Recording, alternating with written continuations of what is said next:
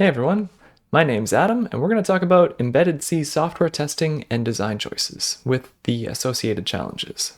So let's get started here.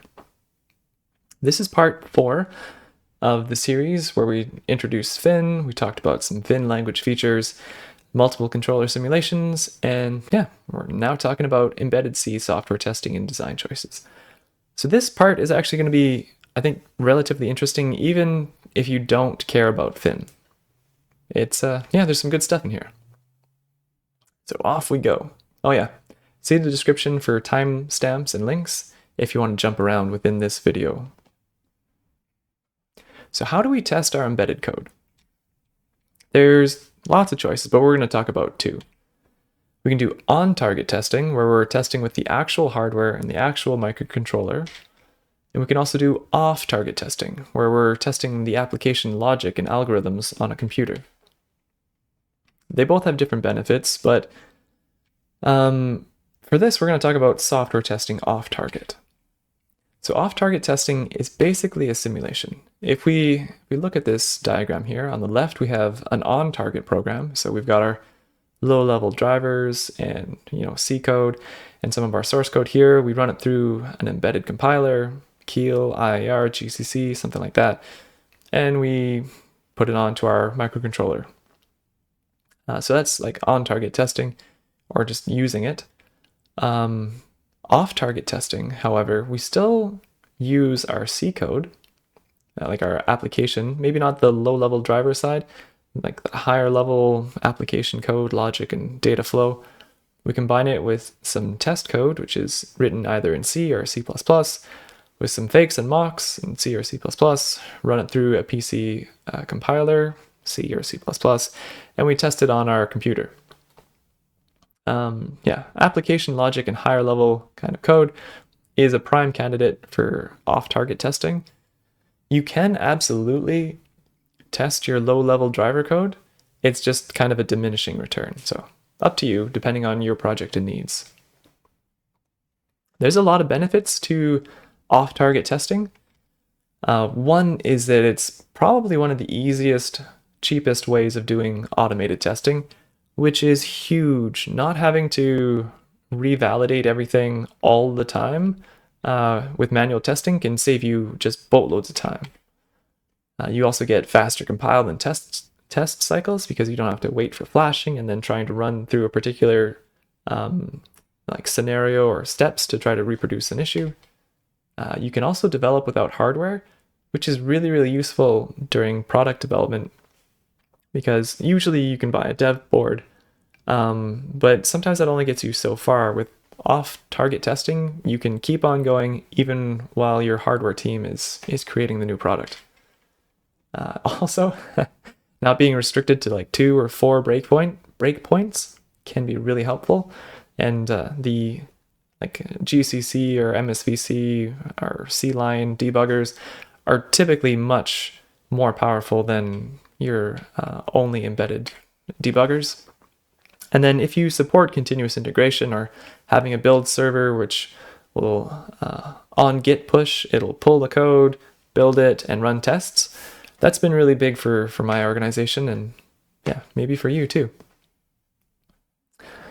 All right, so for this testing, we're going to talk about an example product. And the story to this product is, I guess the inspiration behind this product is what we'll talk here.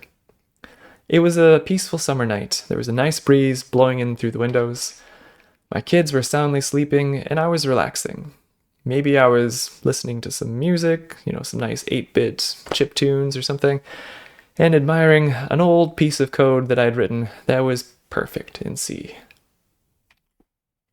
No undefined behavior, no seg faults, no memory corruption issues. It was perfect. However, the problem is that there was a wandering horde of drunken teenagers that they came by, and they're shouting obscenities and arguing over who's more drunk. I don't know what it was like where you live, but during the past couple years, which were really weird, these teenagers not having to be in school were getting wild and crazy. And I was getting kind of frustrated. These DALL-E AI generating some wonderful representation of angsty teenagers. Anyways, my kids, they're asleep for like an hour or two. If they get woken up from these rascals, I'm gonna be frustrated for sure. Anyway, so I pulled the curtains back to see what the fuss was all about, because maybe there was something. Maybe I had to run out and break up a fight or something, but nope, it's just them talking about how drunk they were and leaving my program. It promptly seg faulted, and one of these little turd burglars actually took a Bluetooth speaker and hurled it at me. That part is true. The seg fault on the program might not be true. And in that moment, my inner codger had inspiration for a new product. The Get Off My Lawn 1000, the GOML. It combines a good solid haranguing with a powerful water cannon for maximal effect. Boom. I'll never build this, probably, but if one of you do, that would be interesting. Be cool. Please send it to me. All right, so very simple example program for this. We've got our main.c, which sends, it detects button presses, sends events to our water cannon. And in the water cannon, it has a screen and a display. So the water cannon handles events. And it tells the screens, hey, show the splash screen, show the home screen, show the idle screen. And the screens basically says, set the LCD title, like the first row, and the subtitle, the second row, to particular things. So that's kind of our very simple product for this example. Okay, so now we got our GOML, our Get Off My Lawn 1000. Let's see how we could write tests for it. So there's two main types of tests that we're going to talk about. There's lots, but we'll focus on two. We can have unit tests, which are isolated module tests, and integration tests, which are basically like they can have lots of purposes, but mainly it's like, did I connect the units together properly? So yeah, we isolate in unit tests the water cannon tested by itself, screens by itself. In integration tests, we combine multiple units together and see if we wired or connected them up together properly. For unit tests, we already talked about this, isolated module tests. This is what it might look like. We take the water cannon by itself, and we have a test driver here. In my case, I usually write it in C++ because there's lots of benefits we can talk about a bit later. And so this test class sends an event to the water cannon. The water cannon tells a fake screen to show this, and then the test code can query and reset the fake screen. Say, hey, did you get the right request to show the right screen when I sent this event? And you can do the same thing for the screens. So now we have another test driver, which we are pretending to kind of be the water cannon, saying, hey, show screen X, show the splash screen. And then the screens will tell a fake display to show the different title and subtitle. And our test driver over here can check with the fake display. And now those can be fakes or they can be mocks. It's up to you, however you want to do it. But with this style of testing, each module's dependencies need to be faked or mocked.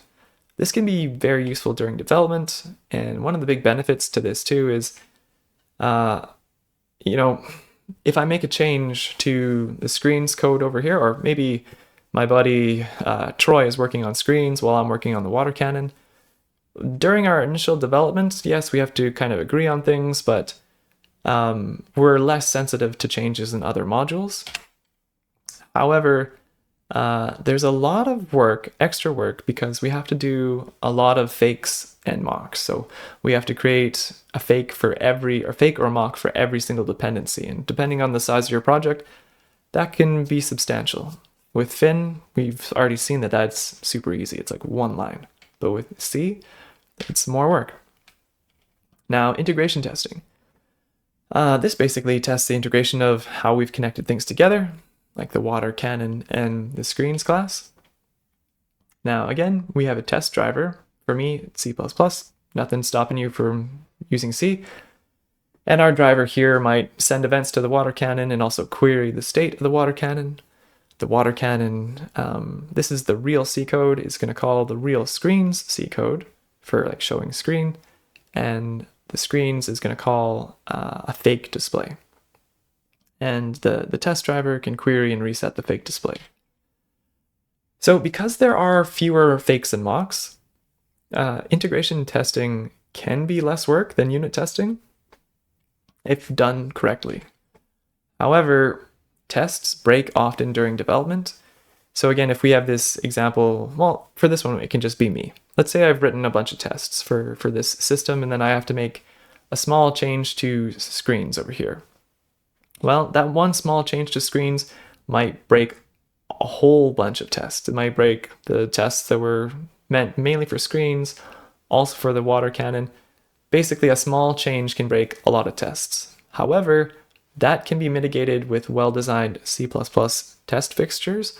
That's a Google test term.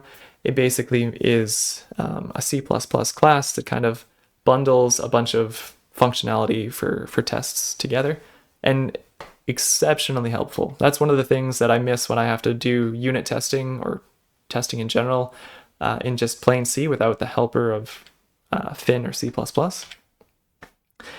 And this can turn into a giant mess if not done well. Poorly written integration tests are kind of like chains where they really drag you down and slow you massively. We'll talk more about this in a bit.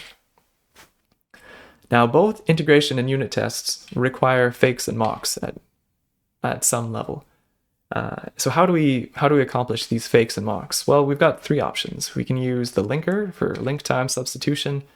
We can do function pointer substitutes, kind of like runtime or an object-oriented substitution.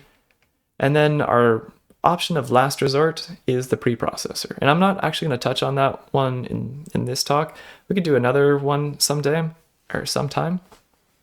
But in general, conventional wisdom in books and my own experiences, yes, this is pretty powerful, but it comes with a lot of downsides as well. So yeah, we're not going to touch on that one.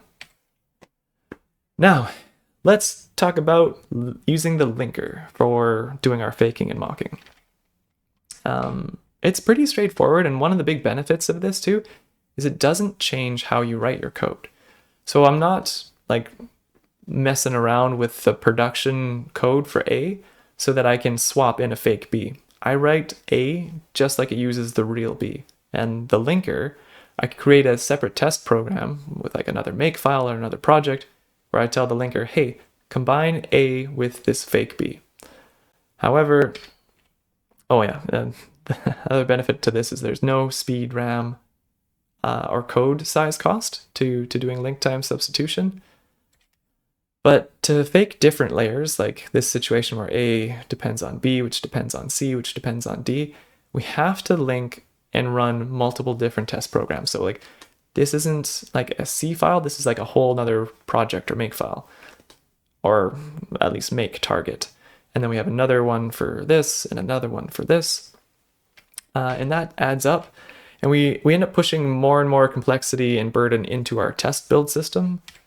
And this often results in our compilation and execution of our tests becoming quite slow. And in one of the products or projects that I work on, this adds up quite a bit when we have many different targets. And the other downside to this too is that you can't mix without resorting to some interesting hacks and like non-desirable hacks. I can't have a single program where I have A rely on the fake B, but also have A or an instance of A rely on a real B at the same time. Okay, the other option to this is we can do faking and mocking with function pointers. So this allows us to assign fakes at runtime. And one of the big benefits here is that only a single test program is required. It's definitely the most flexible for testing. However, there is a code and RAM and speed cost to this. So what this looks like is that your production code, instead of writing A to depend on B, we write A to depend on like a B interface. And then we have B implement that interface, and same thing with the C interface, and C, D interface, and D. and allows us to swap things out at runtime. So in our test over here, we can tell A, hey, instead of relying on B, you're going to rely on a fake B. But within that test program, we could also then have another instance, so a different instance of A rely on the real B. So yeah, we've got tests here, but only a single test program, which is pretty helpful. However, getting this type of flexibility ends up having a lot of downsides too. Like if we don't need this flexibility at runtime, like if A only relies on B and B only relies on C and C only relies on D, we don't need runtime polymorphism. This ends up being a lot of work. It also makes our production code more difficult to understand and walk through. It's not as easy to navigate anymore. And there are different approaches that you can use for function pointers, like less capable versions. I'm showing the most capable version here, how you would do it in C, because that's what we get for almost free with fin. So I just want to show the equivalent. Now there are some challenges when you were doing dual targeting for testing in general. Yeah, so our embedded compiler and our PC compiler might be using different int sizes. So this might be using a 32-bit, this might be using 64. Depending on your compiler, sometimes there's a flag to make that to make your PC act like that, like instead of acting as 64-bit ints, maybe as 32. But I don't know of a flag, and maybe there is one, to make it act like a 16-bit processor, or 8-bit processor. Often too, they use different enumeration sizes. So I use IR at work primarily, and it picks the smallest integer type for the enumeration possible. Most other compilers, unless you use special attributes, or in the case of MSVC, you're kind of stuck with using int sizes here. So this is annoying. If your test code, or if you have static assertions on, say, a structure that you use to send out on CAN, and you want to make sure that it's 8 bytes only, that assertion you probably can't, you have to disable during off-target testing, because the enumeration sizes there are going to be larger. And so that does work out okay. You can have those static asserts only be checked by your embedded compiler. There's different packing syntax between the two. Often there'll be different compiler bugs and quirks, different runtime libs. And this I've been bitten by a couple of times where, especially with string-related functions, maybe this version of my compiler has a particular string function that I want, but this one implements that string function differently, non-standardly, or just doesn't support it. And then there's byte ordering and bit field differences, and also undefined behavior. Now this is kind of an interesting point though, because the more targets you support and the more compilers that you use, the more likely you are to find undefined behavior. But it also sucks, because hitting that undefined behavior can cost you quite a bit of time. Using another language that avoids undefined behavior can be a big boon. All right, and that list goes on. So then it's a question of, all right, well, how accurate is our off-target testing? If we just look at this one little function here, we've got calc stuff, and we saw this earlier. Takes an int and a float, does some arithmetic on it. And if we run that through like our IAR compiler, our embedded compiler for a Cortex M3, this is the assembly that it might generate. If we run it through GCC for off-target testing, different architecture, we might get this assembly. And yeah, it's just a question of like how valid is it that we're running our tests off-target? The compilers are different, the assembly is very different. And actually, if we were targeting instead like an Atmel AVR series here, because we're using floats, this assembly listing would be like pages, huge. And the processors are different, like radically different. Like a Cortex M3 STM32 is very, very different than a Core i5. So what is it that we're really testing here? Is this valid at all? And I would say it is valid, but it's not perfect. So really what we're doing here is we're testing the programmer's intent. We're testing the algorithm here. And did we make a mistake as a programmer? We input A and B here, and we expect to get X. Now, that doesn't mean that when we take this code and we run it on our embedded processor that everything is going to work perfectly, but at least we're going to find like boneheaded mistakes where, this is a subtraction or a division or something like that. But it also raises an interesting point that our tests in C and C++ are really a simulation. And if we're already doing a simulation, why not consider using something that makes things easier? And I'm super biased because I really like Fin. Why not use Fin? We can run the same logic and algorithms through here with just way, way less hassle, way less work. Yeah, testing C code is a chore. So I really like writing C code, but when it comes time to test it, the honeymoon's over when I have to break out the tests. But it's still super important. So yeah, testing embedded C can often be even more difficult because we have more severe resource constraints, like RAM usage in particular is usually a big one. There is an excellent book here by James Grunning. I really like it. And entire books like this one are written on how to write tests for embedded processors or microcontrollers.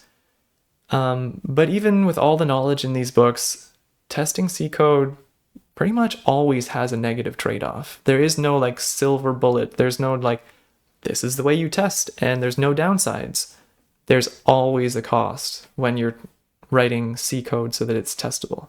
With Fin, it's a different story. You kind of get it for free and it's nice and there's no trade-off. That said, testing is still very valuable. So software tests are worth the pain. This is a phrase from James Grunning there. So software tests can help save us from debug later programming problems. If we don't write software tests that we run off target, we commit to potentially a lot of debugging later. And with debug later programming, the feedback that we get that reveals the mistakes we've made, because we're humans and everybody makes mistakes in their code. Actually, in all my years, I think there's only been a handful of times where I've banged out an entire, like maybe it's just like a prototype, so I'm not taking it too seriously, but like I've banged out a couple pages worth of code and just had it work. Almost always there's a bug. Anyway, the feedback cycle, the longer it takes for us to find our mistake, whether it's days or weeks or months, the more painful it becomes because we build on top of those mistakes and we potentially bundle in more mistakes. And it becomes just more and more difficult, like especially when we're testing on embedded hardware, even if we're doing it in our lab. If we're not doing software tests, like offline or off target, we're typically going to bundle a number of changes together because flashing and manipulating the product into that area where you want to test it, it's slow. And the more changes we release together, the harder it is to find a mistake or multiple mistakes. James Grunning, that book is cool. Now, I would also say too that test code matters. And from my own personal experience, which could be different from yours, is that when people first get started writing software tests, they often neglect them. They treat them like code that doesn't matter. It's just test code. It can smell like garbage, man. Violate good programming practices. I can copy paste like a champion and just get the tests done. Yes, you can. But once we get to a certain level of tests, and if the project is still alive, this approach is going to punish us. And things that I've seen before in my experiences is that when we have test code that's like this and it's just been copy paste all over the place, when you want to add a new feature, you might have to, maybe it takes half an hour to implement, but 4 hours to update your inflexible tests. Want to change a sensor? This one can get more painful. Now all of a sudden we have to update everywhere that sensor code was used. And if we weren't smart about how we wrote our tests, and we just like copy pasted the same kind of sensor related code everywhere, then another maybe 1 hour's worth of implementation work requires 8 hours for updating our super redundant tests. And if you want to change something fundamental, you could be looking at 16 hours or more just to update your tests. Now, we don't have to have tests. Like tests don't have to be this way. Once you get bitten by this and you commit to learning and using test fixtures or other ways of trying to write code so that it does matter and that it's almost as important as your production code, it gets easier and we stop running into issues like this. Anyways, are you sick of poorly written tests holding you and the product back? Well, strong tooling and refactoring can help, depending on your language and your code. Fin helps a lot. Yeah, another option is you just delete those suckers. The problem tests say, you're out of here. It might sound like I'm kidding. I'm kind of kidding. I'm kind of not kidding. If you never actually commented out a failing test that was just horribly written and just a mess, well, I have before, for sure. Add a ticket to your tracking system, explain the problem and why it is a pain in the butt, link that in the code. You meet your project deadline and you move on, and you hope to one day have time to come back and fix. That's something that we often try to do, is like, no code is going to be perfect, but when you come back to some code and you want to add a new feature, take a little bit of time to fix up the crud and the other things that you've had to do before when you have time on a new feature. That said, though, refactoring poorly written C code is often slow, and we'll talk about that. So why do we write crappy tests? Mainly because writing good tests is hard. It's a skill. Like it's a skill beyond just writing code. And it's even harder to write tests in C. However, writing good tests in Fin is much easier because you're not spending so much of your brain power thinking about all of the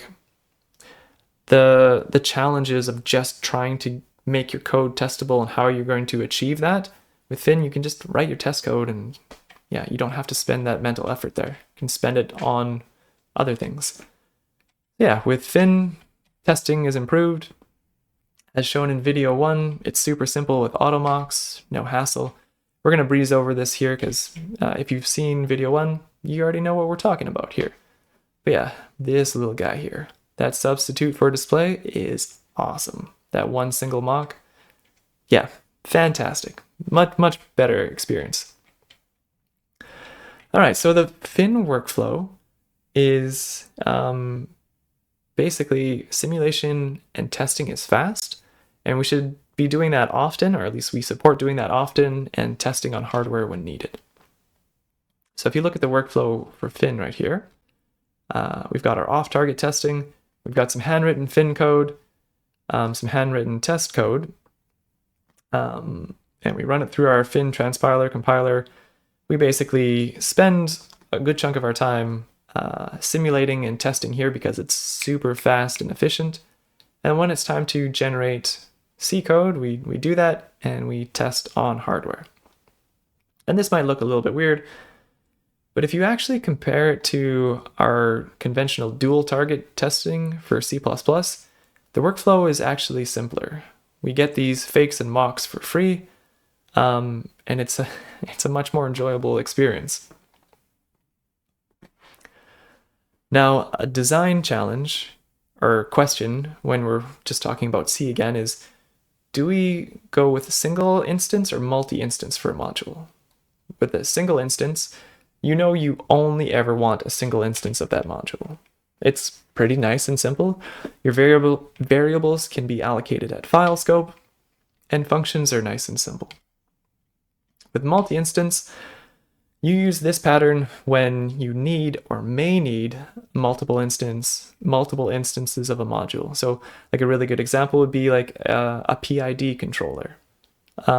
You're usually gonna, or at least in my projects, you might have 5 or 10 of those PID. It's like a control system if you're not aware of what a PID is. Anyway, so in that case, the variables can't be allocated at file scope anymore. They have to be kept in a structure, and that struct needs to be passed to all functions. And there's a bit of a speed and a stack usage cost there. Now, the question though, which button do you push? Single or multi? And how do you know what's going to happen in the future? This is something that comes back to bite us sometimes. And actually maybe it's not even us, but sometimes another developers, acting on the best knowledge that they had at the time, chose a single pattern, and then a couple years later, requirements change, and we have to change things to multi, and that's a pain. So yeah, the general knowledge or wisdom in books is start with single instance. It's generally simpler and easier to bang things out. However, yeah, refactoring to multi-instance can be a pain if your code base is large. It's not the end of the world. You got to move all your variables to a structure. All uses, internal and external, of those functions need to be updated. And then test code also needs to be updated.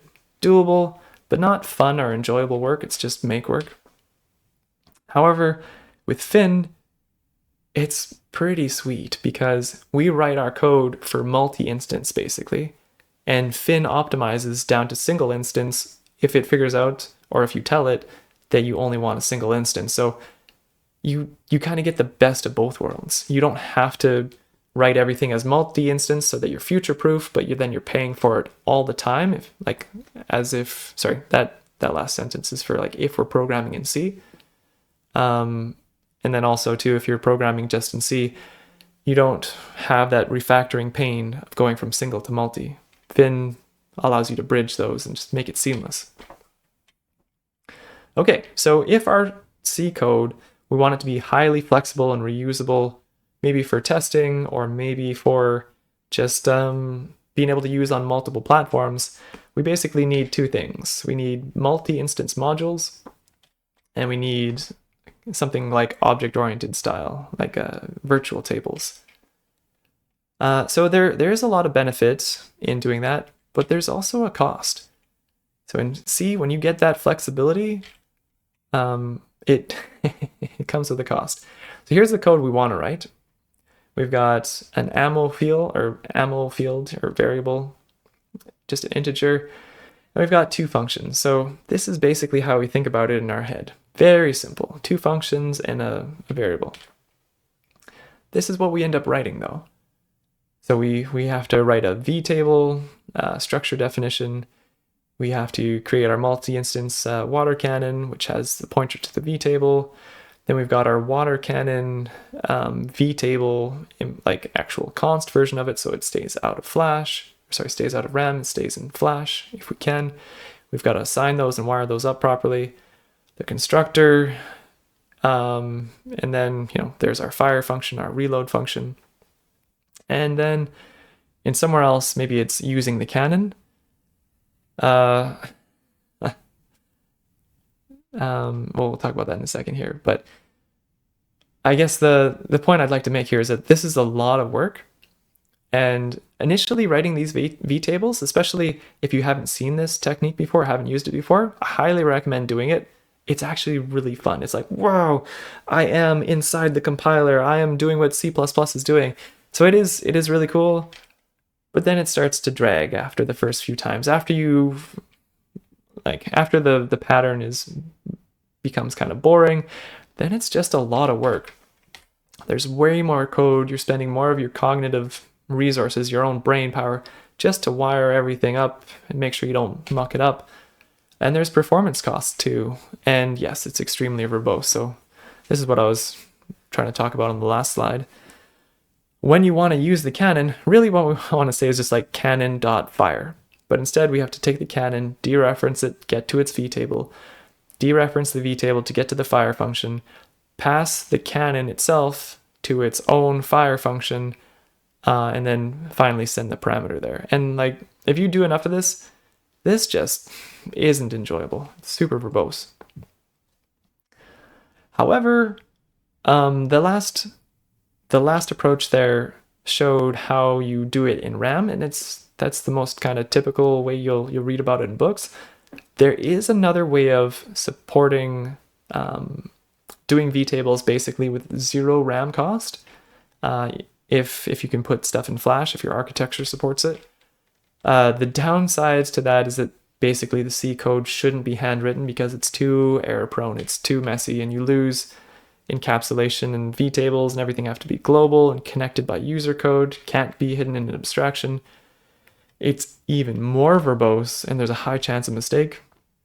However, it's a really cool technique if we're using code generation with something like fin. All right, well, that's the end of this video. The next one is our language comparison. If you're still interested, check out the link in the description. Thanks for watching.